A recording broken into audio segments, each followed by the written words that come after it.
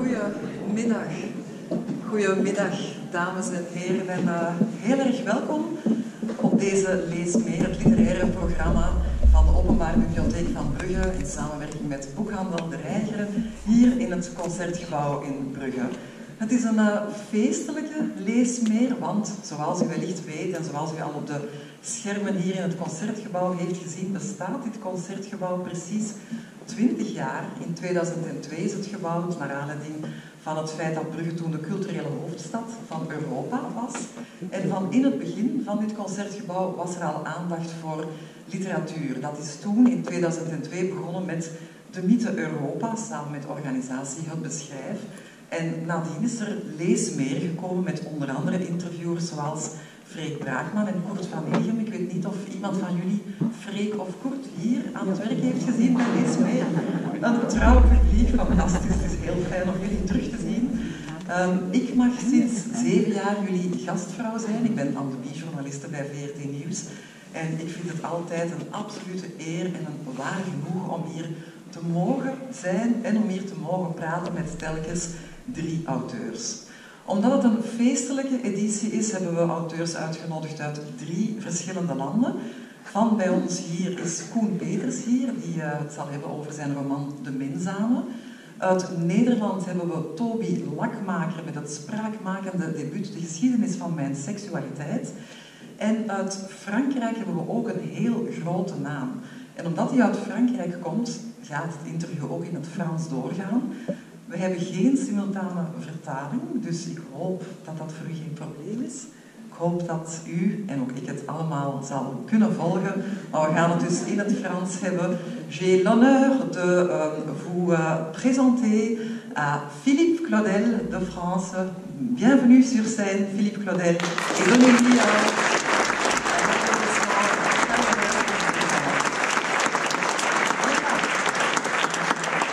Installez-vous, asseyez-vous. Bonjour et merci. Merci d'être là, merci d'être venu jusqu'ici. Oh, mais c'est toujours un immense plaisir de venir à Bruges. Ça fait déjà plusieurs fois depuis de longues années et c'est toujours extrêmement agréable de venir et de parler avec vous, avec le public. Quel est votre lien avec notre pays? Parce que... Oula. Oula. On a combien de temps? On a une demi-heure. Mais j'ai vu que, enfin, à part donc, tous les romans que vous avez écrits, les films que vous avez réalisés, le fait que vous êtes membre de l'Académie Goncourt, etc., vous avez aussi reçu un doctorat honoris causa à l'Université catholique de Leuven. Alors, quel est votre lien avec votre pays? Oui, on m'a fait le plaisir aussi de m'élire à l'Académie royale de Belgique. Donc il y a un double lien, mais c'était quelque chose pour moi d'important. Je ne suis pas très attaché aux titres honorifiques, mais quand ils viennent de pays et de cultures qui me sont chers, ça revêt plus d'importance à mes yeux. J'habite dans le nord-est de la France, donc je suis très proche de la Belgique, des Pays-Bas, de l'Allemagne. À Nancy et la Lorraine, voilà. Là, oui.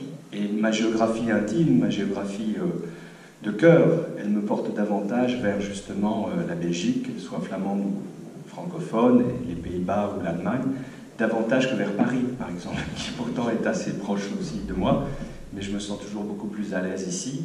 C'est une question aussi de culture, c'est-à-dire que depuis que je suis jeune, j'ai beaucoup lu en fait à la fois la littérature d'expression belge, flamande ou wallonne, et encore plus, j'ai été imprégné par la peinture, par les arts, qui ont toujours revêtu une importance très grande dans ma personnalité, dans la formation de mon esprit, et aussi dans mon écriture, parce que je crois que si j'écris, c'est parce que je suis un peintre raté, ou qui n'a pas pu être peintre. J'ai toujours eu l'impression que la peinture, c'était vraiment l'art majeur. On pouvait exprimer des quantités de choses sans passer par le langage, et donc être quelque part universellement compris, sans qu'on ait besoin de traduction. Donc c'est vrai que j'ai toujours mis la peinture très très haut, et notamment la peinture flamande.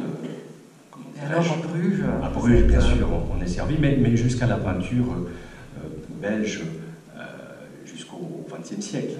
C'est quelque chose de très important pour moi. Et puis, je terminerai par une chose aussi, c'est que j'ai toujours trouvé dans votre pays un humour plus important et surtout une dérision qu'on s'applique à soi-même. Se moquer de soi-même, voilà, ne pas se prendre au sérieux, c'est très important, alors que je trouve qu'en France, on se prend toujours beaucoup au sérieux. D'accord. Ben, on va parler de votre dernier roman qui s'appelle Fantaisie allemande. Ça a été traduit en néerlandais et ça s'appelle Duitse Fantasie. Vous commencez par citer l'écrivain Pierre Macorlan. Et lui, il dit « Il y a au-delà du Rhin un air de drame et de mélancolie ». Donc vous parlez ici de l'Allemagne, vous habitez pas très loin de la frontière. Qu'est-ce qui vous attire ou qu'est-ce qui vous fascine dans ce pays? Les relations entre la France et l'Allemagne, vous le savez, pendant presque un siècle ont été compliquées, parsemées par 3 guerres, la première guerre franco-prussienne, puis les 2 guerres mondiales. Et évidemment, ces guerres étaient mondiales, mais elles avaient lieu, si je puis dire, en grande partie là où j'habitais ou là où je suis né. Donc depuis l'enfance, le rapport à l'Allemagne a toujours été très complexe dans mon esprit, puisque je fais partie de familles qui avaient subi vraiment de façon directe l'occupation allemande par des morts, par des destructions de maisons, par des vols de bétail. Donc, quand j'étais petit, on parlait des Allemands en des termes extrêmement vifs. Et dans le même temps aussi, les paysages lorrains gardent encore aujourd'hui, la terre a une mémoire longue. Les paysages gardent encore la marque de ces guerres, et notamment la Première Guerre mondiale. 100 ans après, la nature a repris ses droits, mais on voit encore toujours ces cicatrices que sont les tranchées, les trous d'obus. On trouve encore beaucoup de vestiges de ces guerres. Donc l'enfant que j'étais était dans cet univers-là. Mais dans le même temps, quand j'entendais les adultes parler dans des termes vraiment très durs des Allemands, les Boches, ces mêmes adultes, quand on avait une journée de livre, je l'ai souvent raconté, on allait en Allemagne passer une journée, et ces mêmes adultes s'extasiaient devant la propreté allemande, la politesse, la gentillesse, les paysages. Et pour moi, c'était quelque chose de très difficile à comprendre, qu'on puisse à la fois être dans un rapport presque de haine, de ressentiment, et aussi d'admiration. Donc ce paradoxe, je pense que c'est celui de ma génération. Ensuite, après, dans ma découverte de la culture, il y a eu toute la découverte de la littérature allemande, de la peinture allemande, de la musique, de la philosophie. Et avec cette question toujours fondamentale, qui n'est pas résolue pour moi, ni pour personne d'ailleurs, comment finalement un des peuples les plus éclairés d'Europe, un des plus intellectuels, un des plus artistes, un des plus soucieux de beauté, de philosophie, a pu engendrer aussi le nazisme. Donc voilà, c'est sur ces interrogations, sur ces fractures, sur ces paradoxes que s'est construit un peu ma sensibilité et que naissent aussi des livres comme celui-là. Le livre est en fait, il y a 5 chapitres, 5 nouvelles. On peut les lire comme des histoires séparées. Par exemple, il y a l'histoire d'un soldat dans une forêt, qui est d'ailleurs sur la couverture. Il y a l'histoire d'une petite fille qui échappe à une exécution dans son village juif. Il y a l'histoire d'un vieil homme dans une maison de repos qui est maltraité. Ce sont des histoires qui se déroulent toutes en Allemagne, mais dans des périodes différentes, mais il y a quand même un lien. Est-ce que c'est au lecteur d'inventer ce lien et de découvrir, ou quel est selon vous le lien? Alors, on pourrait en trouver plusieurs des liens. On en a déjà cité, c'est-à-dire que c'est quand même des histoires qui interrogent en forme de miroir l'Allemagne du XXe siècle. Le rapport à l'histoire est bien sûr très important, puisqu'à chaque fois on a des personnages qui jouent un rôle malgré eux ou avec leur complicité dans la grande histoire, ou sont malmenés par la grande histoire. Et puis aussi on a un personnage qui revient, qui s'appelle Victor. Oui. Donc moi j'ai toujours beaucoup apprécié ce retour des personnages qu'on trouve dans certains romans chez Balzac par exemple, ou dans des nouvelles. Je l'avais fait dans des recueils anciens déjà. Mais là je me suis amusé davantage à brouiller les pistes, c'est-à-dire que ce nom qui apparaît dans toutes les histoires fait s'interroger le lecteur en se disant, mais est-ce que c'est le même homme? Est-ce que c'est quelqu'un d'autre? Est-ce que c'est encore le Victor dont on parlait dans l'histoire précédente? Parce qu'il y a des choses qui paraissent incohérentes, mais c'est aussi un petit peu pour ouvrir la réflexion sur les différents chapitres dont sont constituées nos vies. Moi, je viens d'avoir 60 ans, et quand je pense à l'homme que j'étais à 20 ans, à 30 ans, à 40 ans, j'ai l'impression de le connaître un petit peu, cet homme de 20 ans, de 30 ans, mais c'est pas moi non plus. C'est-à-dire qu'on passe, quand on avance dans la vie, par des moments différents, et encore plus finalement, quand l'histoire devient source de traumatisme, de fracas, on peut se dire qu'on n'a pas été tout à fait le même homme et la même femme, selon les moments, et peut-être aussi faire des choix terribles à certains moments, et ensuite être dans une forme de rédemption à un autre moment, ou le contraire. Hein.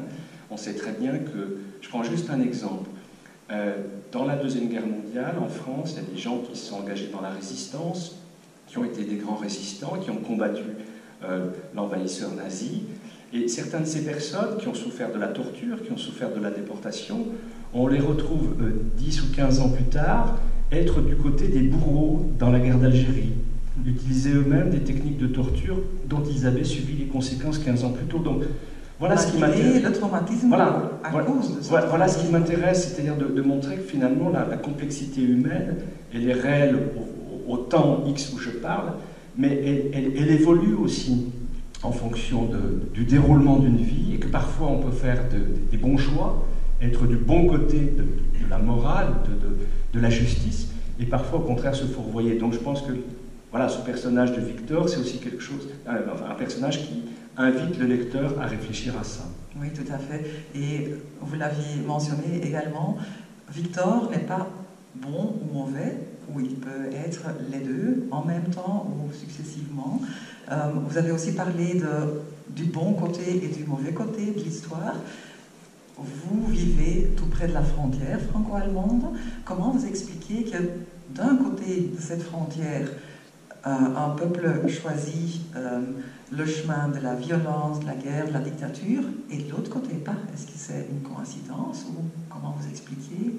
Alors il faut un peu mesurer ça, parce que quand même, dans ce qu'on appelle la France de Vichy, donc entre 1940 et 1944, la plupart des Français vivaient sous un régime qui était un régime nationaliste, fasciste, d'un fascisme peut-être moins visible que l'Allemagne hitlérienne, mais avec ce qu'on appelle la politique de collaboration. Qui a contribué aussi à l'Holocauste, à la déportation. Absolument, il y a eu les lois anti-juives, il y a eu la police française sous les ordres du gouvernement de Vichy qui a déporté des familles juives en grand nombre. Donc il y a une responsabilité très très forte, et toute la France n'était pas un pays de résistance, hein, ou de résistants évidemment. Mais cette thématique de la frontière, moi je viens juste de terminer un petit texte, un petit livre qui sortira dans quelques mois en France, qui s'appelle Frontières au pluriel, où j'interroge justement cette thématique de la frontière, mais pas seulement la frontière géopolitique, mais la frontière finalement qui sépare la vie de la mort. Le thème de la frontière est quelque chose de très très riche qu'on peut, je m'en suis rendu compte en écrivant ce livre, inspecter de différentes façons, mais on voit combien aujourd'hui, au moment où on parle, cette thématique de la frontière redevient tragique, hein, et on n'aurait jamais pensé qu'elle pouvait l'être à ce point, et comment finalement des frontières qu'on avait cru être redécidées, eh bien, se retrouvent une nouvelle fois bouleversées, bousculées, parce que soudain, un dirigeant devient fou, ou alors a des volontés hégémoniques et d'expansion, ce qu'on pensait tout à fait impossible. Donc, c'est vrai que quand on est des êtres de frontières, quand on vit près des frontières, peut-être qu'on est davantage sensibilisé à ça depuis toujours, parce que les rapports qu'on a avec l'autre, celui qui est de l'autre côté, celui qui appartient à l'autre pays, on sait que ces rapports peuvent être parfois tout à fait pacifiques, mais soudain, pour quelque chose qui est de l'ordre de l'étincelle ou de la folie, devenir extrêmement compliqué. Oui, et on vit cette guerre maintenant depuis 3-4 jours en Ukraine. Vous avez toujours écrit dans vos romans sur des thèmes d'actualité, la migration, maintenant la guerre. Qu'est-ce que vous, comme romancier, ou la littérature en général, peut nous montrer, peut nous raconter sur ces thèmes-là que, par exemple, le journalisme ne peut pas? La littérature, elle a pour elle le temps long. Le journalisme, qui est en l'occurrence quelque chose d'absolument utile, notamment dans des périodes comme celle avec si je suis journaliste, donc je suis vraiment contente de ça. Oui, mais parce que, voilà, on a besoin d'être informé. Et on a besoin surtout de ne pas être désinformé. Et on sait qu'aujourd'hui, depuis quelque temps, il y a vraiment une autre guerre qui se passe, qui est la guerre de l'information et de la désinformation. Et ce qui me fascine depuis quelques années, ce qui touche à la fois à l'information, à la vérité et à l'histoire. C'est-à-dire que de plus en plus, on a des forces en présence qui nous convainquent, ou essayent de nous convaincre, que la vérité peut être alternative. C'est-à-dire que la vérité en tant que telle n'existe pas, mais qu'elle est finalement une interprétation du réel. C'est-à-dire finalement une négation de la vérité, c'est-à-dire une négation du fait. Ça devient dangereux si un président des États-Unis commence à dire des choses comme ça. Oui, alors, mais vous savez que cette nuit, j'ai pensé à une chose, j'avais un grand regret finalement que Trump ne soit plus président à nouveau. Et je vous explique pourquoi. Ça m'a frappé cette nuit parce que je me suis dit, mais Poutine a attendu que Joe Biden soit élu pour envahir l'Ukraine, pour la raison simple sans doute qu'il savait que cet homme raisonnable qu'est Biden ne réagirait pas. Alors que quand on a un autre fou en face de soi, comme Trump, qu'aurait fait Trump? Vous voyez ce que je veux dire?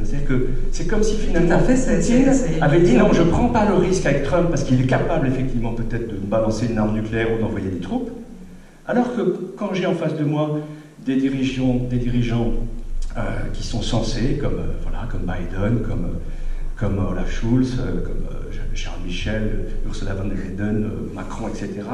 Là, je peux y aller. Je sais qu'ils ne feront rien, parce qu'ils sont raisonnables.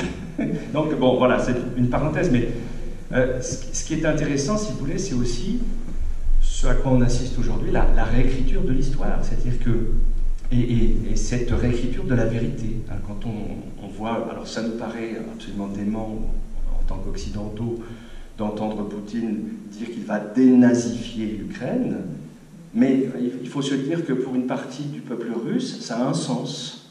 Parce qu'en fait, Poutine s'inscrit dans une histoire plus profonde, plus longue, dans une histoire qui a fait à la fois la vérité et la légende de l'armée rouge, vainqueur des nazis. Il utilise ce fond historique. Hein. Il utilise aussi la grandeur perdue et passée de l'ex-URSS, et cette volonté de reconstruire une histoire glorieuse, et donc de réactiver finalement des peurs anciennes, de façon à mobiliser tout un peuple. J'espère que, justement, tout le peuple n'est pas derrière lui, parce que la seule issue à ce conflit, me semble-t-il, elle viendra de l'intérieur. Elle viendra de sa population même, à mettre un terme à la fois peut-être à sa présidence et à sa folie. Mais ce qui est intéressant, c'est voilà, comment l'histoire s'écrit, comment écrit-on l'histoire, et quels sont les rapports entre histoire et vérité. Et c'était au cœur d'un texte, notamment sur une sorte de réécriture du destin de Franz Marc dans Fantasy. Voilà, c'était ma question qui allait se suivre. Donc, la réécriture de l'histoire, vous le faites vous-même aussi, parce que dans le livre, il y a une histoire, un chapitre qui s'appelle Gnadentod, de Genadetod. Alors peut-être il faut d'abord raconter ce que c'est exactement. Alors, le programme de la Gnadentod. Voilà, c'est un programme qui est mis en place par Hitler. L'expression est d'Hitler lui-même, en français mort miséricordieuse. Et c'était ce fameux programme qui s'appliquait aux handicapés mentaux dans le but de les tuer, hein, étant donné que dans la logique hitlérienne, c'était des citoyens inutiles, faibles, improductifs, et donc il valait mieux mettre fin à leur vie.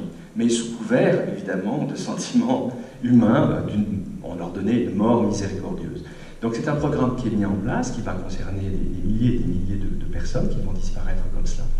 Et moi, je me suis amusé sur l'invitation d'un homme qui s'appelle Nicolas Heller, qui était le directeur du Goethe-Institut à Nancy, qui a eu l'idée de demander à des écrivains français et allemands de prendre une figure artistique, écrivain ou peintre, homme ou femme, qui serait mort pendant la Première Guerre mondiale, et d'imaginer quel aurait été son destin s'il n'était pas mort.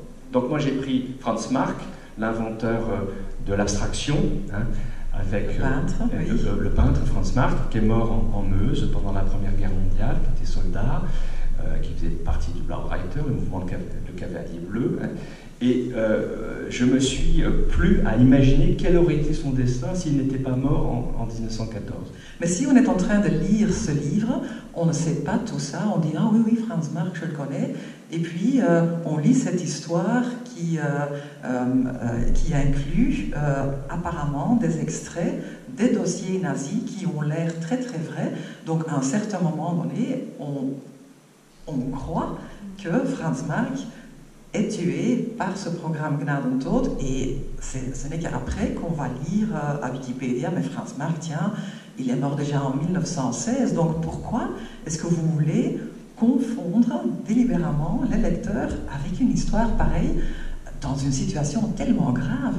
Mais vous venez d'y répondre, c'est-à-dire que moi j'ai eu beaucoup de réactions de lecteurs qui me disaient dans des rencontres ah oui, mais je ne savais pas, enfin, Franz Marc était mort beaucoup plus tard, j'étais persuadé qu'il était mort plus tôt. Et donc c'est ça qui est terrible, c'est-à-dire que si on écrit, ou si on réécrit, avec une certaine forme, comme vous le dites, en utilisant de pseudo-documents, des interviews de spécialistes, d'historiens d'art, etc., de personnes qui sont soi-disant détentrices de dessins que Franz Marc aurait fait dans les années 30, eh bien, si on écrit, j'allais dire correctement ou habilement, eh bien, on arrive à déconstruire la vérité et en proposer une autre. Et c'est ça le plus terrible. Et c'est vite fait, oui. Et c'est ce qui m'a... c'était pas le but quand j'écrivais ça, mais c'est en même temps que j'écrivais ce texte et quand je l'ai relu, que je me suis dit, oh là là, c'est vertigineux, parce que là j'atteins un point terrible de l'écriture, où je peux, effectivement, et les régimes totalitaires l'ont souvent fait, mais utiliser l'écriture artistique dans un but idéologique, de négation d'une vérité. Est-ce que ce thème du programme Gnadentod vous touche autant puisque vous avez été enseignant pour des jeunes handicapés physiquement? Oui, je pense que bon, on ne peut être que tous touchés par cela. Effectivement, dans une partie de ma vie professionnelle comme professeur, j'ai travaillé quelques années auprès d'enfants handicapés physiques lourdement. Et je voyais aussi les réactions que pouvaient être les autres gens quand on allait, par exemple, on faisait parfois des sorties scolaires en ville. Hein. Et alors, moi, les enfants, enfin les adolescents ou les jeunes adultes que j'avais étaient atteints de pathologies lourdes comme des myopathies, donc qui transformaient vraiment leur corps de façon très très dure, ou alors avaient fait ce qu'on appelle des accidents d'oxygénation à la naissance, donc étaient des infirmes moteurs cérébraux, et là aussi il y avait des attitudes qui étaient difficiles, des corps tordus, des corps noués comme ça. Et j'ai vu comment cet aspect physique était vu par d'autres. Et on pourrait penser que parfois les regards sont souvent bienveillants, pas du tout. Moi j'ai vu des réactions incroyables de mamans qui tiraient leurs enfants en nous croisant, ne regarde pas, ne t'approche pas, comme si finalement ce handicap allait être contagieux. Et je me suis dit, oui, c'est vrai, voilà aussi sur quoi on peut jouer pour un moment, faire passer auprès d'une population l'idée que ces êtres ne sont pas des citoyens comme les autres, ne sont pas des êtres comme les autres, et que finalement ce serait miséricordieux de les amener à la mort. Vous avez été... Et on est tous comme ça, hein, oui, c'est peut-être une réaction. C'est pas l'Allemagne nazie. Moi, ce pourquoi j'écris souvent à propos de l'histoire, c'est justement pour montrer que l'histoire n'est pas un chapitre clos, mais qu'on est sans cesse dans une attitude humaine qui nous ramène à nos fondamentaux les plus terribles. C'est-à-dire que l'homme est toujours capable du pire. Mais ça, il faut le savoir, parce que l'homme est toujours capable du pire. Et encore une fois, ces derniers jours le montrent, parce que le monde entier était persuadé que ça n'allait jamais avoir lieu. Mais si, moi j'étais sûr que ça allait avoir lieu. Parce que, fondamentalement, je sais qu'on est toujours capable du pire. Oui, on est tous perplexes et on ne sait pas comment ça va se dérouler. Oui. Vous avez été professeur pour des personnes handicapées, vous avez aussi enseigné dans des prisons, vous avez été guide de montagne. Et... Non, pas guide. Non. Je fais de l'alpinisme, mais je rêvais d'être guide. Oui. Alors ma prochaine question... il faut encore une fausse vérité. Oui, voilà. Encore une fausse vérité, oui. Mais donc, vous avez vous avez enseigné... vous écrivez des romans, vous faites des films aussi, vous êtes réalisateur, mais vous avez commencé à écrire de la littérature à l'âge de 37 ans, ce qui est assez tard pour débuter dans la littérature. Est-ce que ça a été un choix conscient ou est-ce que c'était plutôt une coïncidence? C'est surtout de l'orgueil, je pense, parce que j'écrivais depuis que j'étais enfant. J'ai écrit pendant des années, mais je ne voulais pas publier quelque chose dont j'aurais honte plus tard. Donc j'ai attendu que ce soit à peu près présentable. Et tout ce que j'écrivais était assez mauvais, donc je le montrais à personne. Et puis un jour, j'ai écrit un premier livre qui, en le lisant, me paraissait correct, qui était d'ailleurs très très influencé par la littérature symboliste belge, hein, par Rodenbach et d'autres, puisque le livre s'appelle Meuse l'oubli, et c'était un clin d'œil dans la construction du titre à Bruges la morte. Bruges la morte, Meuse l'oubli, enfin, il y a beaucoup de références au symbolisme, à la fois en peinture et en littérature. Donc voilà, et j'avais 37 ans, et le premier long métrage, j'avais, je ne sais plus, 45 ans, 44 ans. Donc j'essaye d'attendre d'être prêt avant de faire les choses. Et mon premier concert rock sera à 80 ans. Les billets sont en vente déjà. Non mais voilà, je crois qu'on n'est pas obligé de faire des choses, il vaut mieux attendre... Il faut être dur avec soi-même, je crois. Et j'essaye toujours de l'être encore aujourd'hui, ce serait très facile pour moi aujourd'hui de publier n'importe quoi. De faire un texte et hop, de le donner. Mais j'essaye de plus en plus d'être difficile avec moi-même, et puis heureusement j'ai une épouse qui m'aide à ça, qui relit mes textes, qui me dit non c'est pas bon, etc. Donc il y a assez de livres publiés, c'est pas la peine d'en rajouter des mauvais, quoi. Autant essayer de faire des choses intéressantes. Est-ce que vous avez écrit des choses qui n'ont pas été publiées parce oui, bien sûr. Après l'âge de 37 ans également? Oui, bien sûr. Le fait que vous êtes réalisateur de films, le fait que vous écrivez des livres, est-ce que le fait de raconter des histoires, est-ce que ça a toujours été votre rêve? Est-ce que c'est ça le lien entre tout ce que vous faites? Oui, mais je crois qu'on peut toujours essayer d'intellectualiser un petit peu la démarche ou d'aborder des thèmes sérieux comme on vient de le faire, ce qui est vrai aussi, mais quand même fondamentalement, en tout cas pour moi, au départ, ce qui me met en route, c'est le désir et le plaisir de raconter des histoires. Et déjà le plaisir de me raconter une histoire. Parce que moi j'adorais, enfant, qu'on me raconte des histoires. Et à un moment, les parents arrêtent de raconter des histoires aux enfants, il ne faudrait jamais arrêter. Et à ce moment-là, quand on a le goût de la lecture, on va aller chercher soi-même les histoires. Et puis, parfois, la lecture ne suffit pas et on a envie de se raconter des histoires, donc on les écrit. Mais c'est vrai que c'est ça qui est important. Et j'essaye toujours aussi d'y penser par rapport au public. C'est-à-dire que cette fameuse question, est-ce qu'on écrit pour soi, est-ce qu'on écrit pour les autres? Bien sûr, on écrit pour soi, mais je crois qu'il faut toujours quand même se dire que notre premier devoir en tant qu'écrivain, c'est de ne pas ennuyer le lecteur. C'est d'être là avec lui pour l'emmener dans une aventure qui va peut-être lui apprendre des choses ou lui faire se poser des questions, mais fondamentalement, la première règle quand même, c'est de le prendre, c'est de lui procurer une sorte de plaisir de lecture et faire en sorte qu'il n'abandonne pas le livre. Et heureusement pour nous que vous voulez raconter ces histoires d'une manière pareille, ça vaut vraiment la peine, je le vous jure. Merci Philippe Claudel de partager tout ça avec nous et d'être venu à Bruges pour raconter de toutes ces choses. Merci beaucoup. C'est moi qui vous remercie. Merci.